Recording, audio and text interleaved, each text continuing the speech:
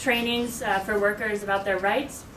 And so I thought to best encapsulate that, I'm going to do just like a mini crash course of training like we would give to our workers. Then Zakiya is going to do an interpretive dance. I'm just kidding. Zakiya is going to read a beautiful reflective poem that she wrote, highlighting one worker we met, his story of wage theft, and finally she's going to show her video on wage theft. So let me get right into the presentation. She's going to pass out a wage theft flyer I worked on. So, welcome to our workers' rights training. Today we're going to be covering topics such as health and safety, wage and hour issue, discrimination, and retaliation. So starting with health and safety, as a worker, you have a right to a safe and healthy workplace.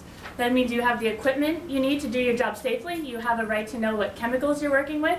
You have a right to refuse dangerous work on the spot. And you have a right to all this information in a language that you understand. So let's look at a hypothetical scenario here. Hypothetical Henry is working under the table at a construction site, falls off a ladder, injures his back. So just going to take a little poll here. Looking at the options, you can raise your hand for more than one. Who thinks that Henry's best option is A, to ask his boss to pay for his medical expenses personally? All right. How about B, file official Department of Labor workers' compensation claim? A couple of people. All right. How about tell the doctor he was injured on a job? And how about D, he's kind of out of luck. He was working under the table. He has to pay for his own expenses.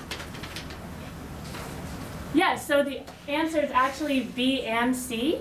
Whether or not he was under the table, citizen, non-citizen, actually all the laws we talked about today, they apply to all workers who are employed.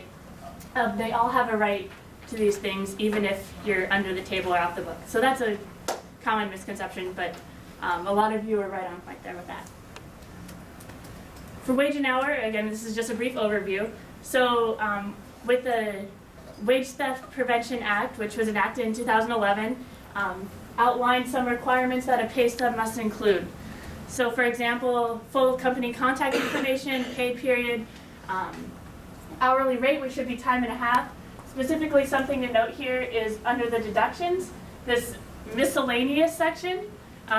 When you're seeing miscellaneous deductions that you did not approve on your paycheck, that's where a red flag should be going off.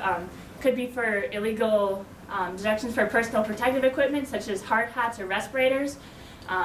Those are a real case that we dealt with here, and that's definitely something that you should be looking out for. Also, an annual wage notice should be provided to you, and if it's in one of these languages, the Department of Labor provides a translation.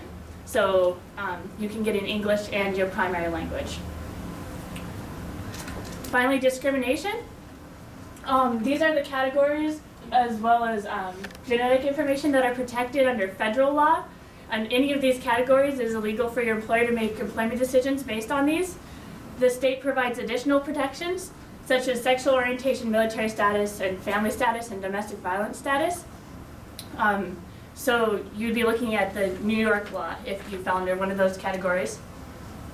And there's 4 common types of discrimination. Direct action, which is what we usually think of, hiring, firing, wages, failure to accommodate for either an employee with disabilities or a sincerely held religious belief, harassment, which is could be stereotyping, offensive jokes, policies such as English-only rules, or retaliation. So whether you're filing a claim, participating in an investigation, or refusing to do something that you feel is discriminatory, you are protected.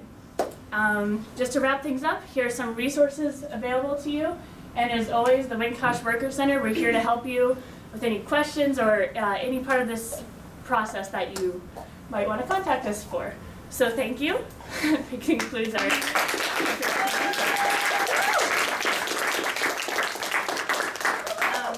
now we're going to move into Zakiya's poem and then right into a video.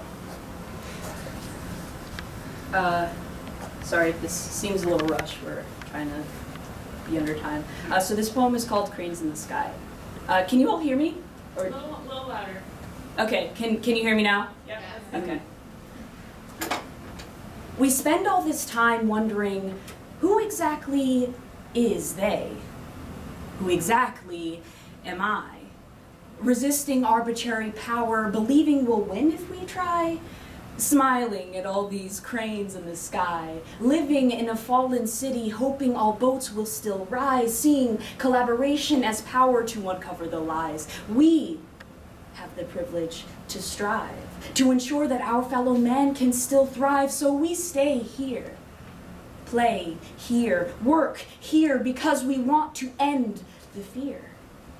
Spread the information so our message is clear. Someone once told me about the golden rule, that you should do unto others as you would have them do unto you. But I've also learned those with the gold make the rules.